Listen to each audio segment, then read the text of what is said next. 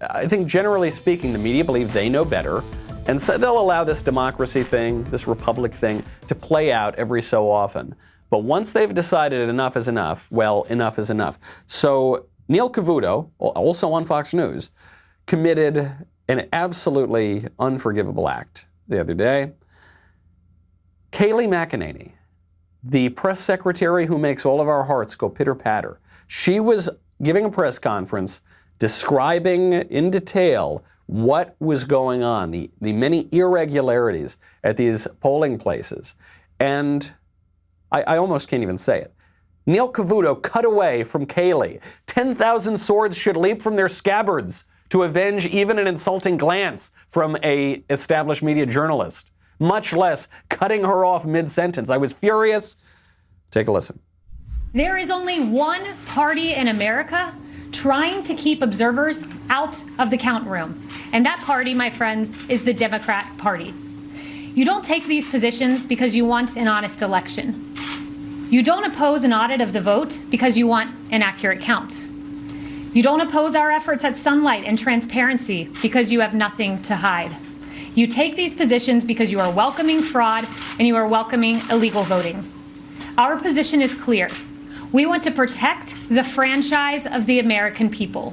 We want an honest, accurate, lawful count. We want maximum sunlight. We want maximum transparency. We want every legal vote to be counted, and we want every illegal vote to be... I just think we have to be very clear. She's charging the other side is welcoming fraud and welcoming illegal voting. Unless she has more details to back that up, I can't in good countenance continue showing you this. I want to make sure that maybe they do have something to back that up, but that's an explosive charge to make, that the other side is effectively rigging and cheating.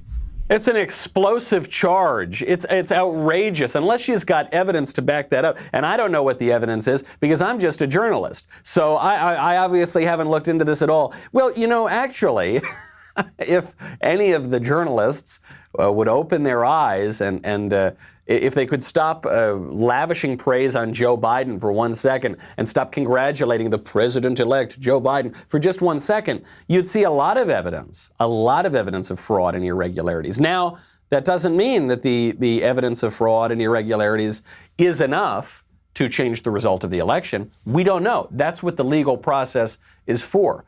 But to say that there is no evidence whatsoever, that is crazy. That is simply ignorant. Ronna McDaniel, who is the head of the RNC and a Michigan native, she outlined just a little bit of the evidence that they found in Michigan. Poll watchers or poll election workers blocked windows and padlocked doors. Obviously, that's not going to instill confidence. There are thousands of reports of poll watchers being intimidated and unable to do their job. And as of 4 p.m. this afternoon, 131 affidavits have been completed just in Michigan, with over 2,800 incident reports that have been submitted to us since Election Day. 2 new lawsuits were filed today by people who were working in Detroit, and a whistleblower who has gotten their we have gotten their information to the Eastern District Court of Michigan.